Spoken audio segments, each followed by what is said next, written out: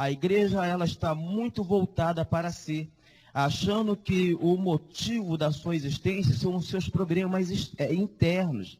Nós estamos no processo eleitoral e muitos pastores nesse processo eleitoral esqueceram quem são e o que estão fazendo aqui na terra e o objetivo de Deus para as suas vidas, que é edificar a igreja, pregar a palavra de Cristo Jesus, levar a igreja a ter um relacionamento íntimo e perfeito e profundo com Deus, Criador dos céus e da terra. Mas, lamentavelmente, a igreja ela está olhando para a sua organização, para as suas construções, para os seus problemas internos, para os seus problemas financeiros e esqueceram de olhar além da sua estrutura.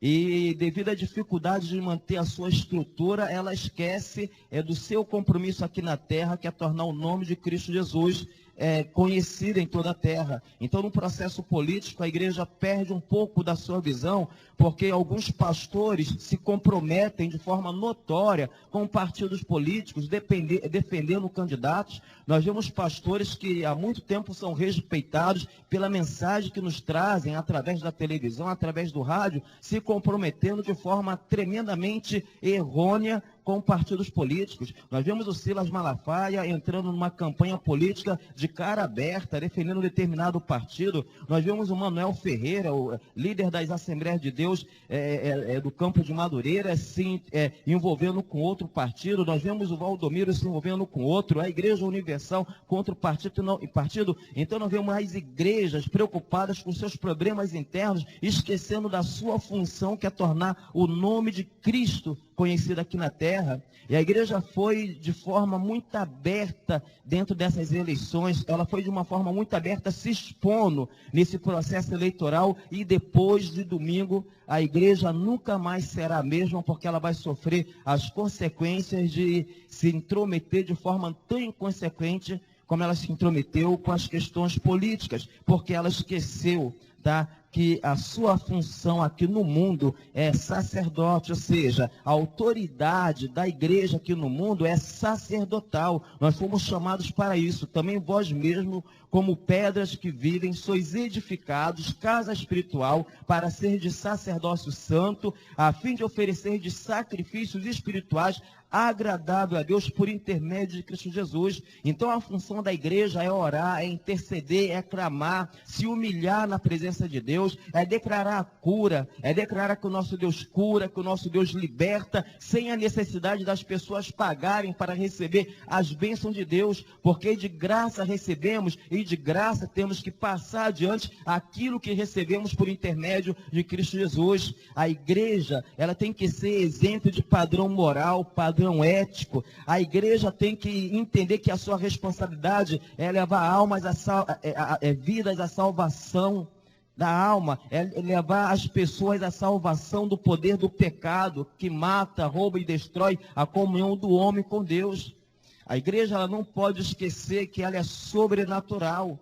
E por ela ser sobrenatural, ela tem que agir de forma sobrenatural. Não estou dizendo que a igreja ela tem que viver alienada, mas ela não pode esquecer do seu papel aqui na terra a ponto de se comprometer da forma como ela se comprometeu e tem se comprometido com o mundo e as questões desse mundo, a ponto de perder a sua essência ou parte da sua essência. Nós observamos a falta da essência de Cristo dentro da igreja, através do comportamento de determinados pastores, como já citamos. Deus é o dono da igreja. E nós temos que agir como Ele quer, da forma como Ele quer, e não da forma como nós queremos agir. Nós não podemos esquecer que o nosso Deus é espírito, a igreja é matéria.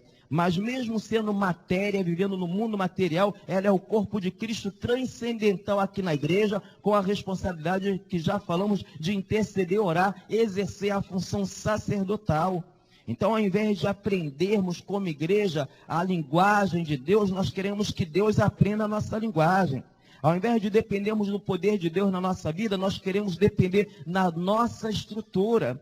Ao invés de querermos que Deus seja, ou melhor, ao invés de querermos ser como Deus é, nós queremos que Deus seja como nós somos.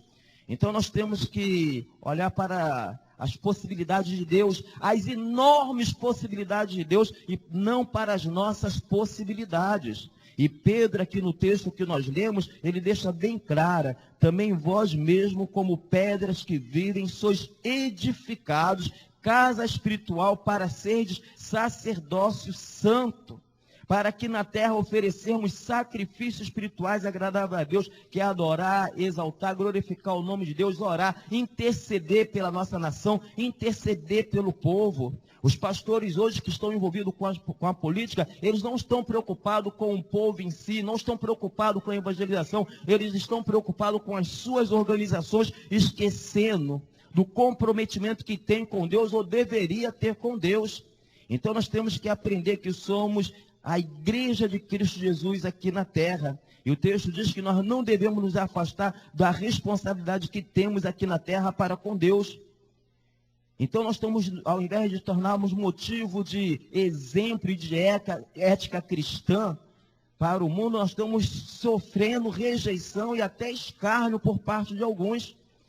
E o versículo 8 diz: pedra de tropeço, rocha de ofensa, são estes os que tropeçam na palavra, sendo desobedientes para o que também foram postos. Os pastores foram postos aqui na terra com o objetivo de tornar o nome de Cristo Jesus conhecido. E para isso não precisa ostentação. Então alguns pastores, como já citei, Silas Malafaia, Manuel Ferreira, Valdomiro e tantos outros, lamentavelmente esqueceram que estão aqui na terra para viver por fé, através da fé, para que essa fé abençoe o povo à sua volta. A igreja vive por fé. Ela não vive pelo que vê, ela não pode depender da sua organização ou da capacidade, da estrutura que ela formou. Ela tem que depender de Deus. Vamos ver em Timóteo,